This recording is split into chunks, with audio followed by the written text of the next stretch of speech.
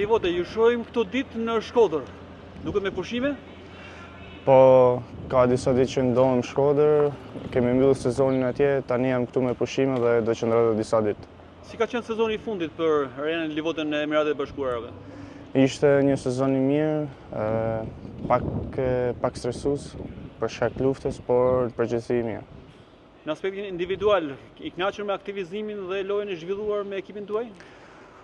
Besoj që këtë vit kam marrë maksimumin, sepse kam marrë gati minutat e plota dhe kam arritur objektivin tim që të rinovoj. Që do të thotë që do t'jeni sërish pjesë e kësaj skuadre? Po, do jem për 3 sezone tjera. Cila është arsyeja që vendosët të zgjasni kontratën për 3 vite? Jeni kënaqur me kushtet që ka ofruar klubi?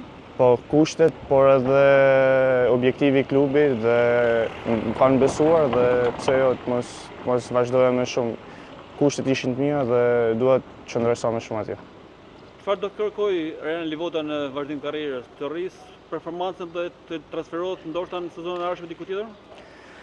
Në radhë parë mendoj që të bëhet paraqitje sa më të mira këtu ku jam, pastaj të shohim. Normalisht që kam një ëndër që është të luaj për kombëtaren, por do shohim vazhdimsi. Megjithatë, nëse luan rregullisht, besoj që një ftesë një ditë mund të vijë. Shpresoj që po. Ajo mbetet në dorën e stafit kombëtarës, por unë do vazhdoj të bëj punën time. Livota ju pam duke takuar ish shokët tuaj të ekipit të vllaznisë. Ju vjen keq për situatën e krijuar në ndeshjet e fundit? Normalisht, unë këtë vit kam besuar shumë tek vllaznia, por edhe besoj edhe në këtë ndeshje të fundit sepse nuk i dihet, mundësitë janë, ndoshta janë pakta, por janë.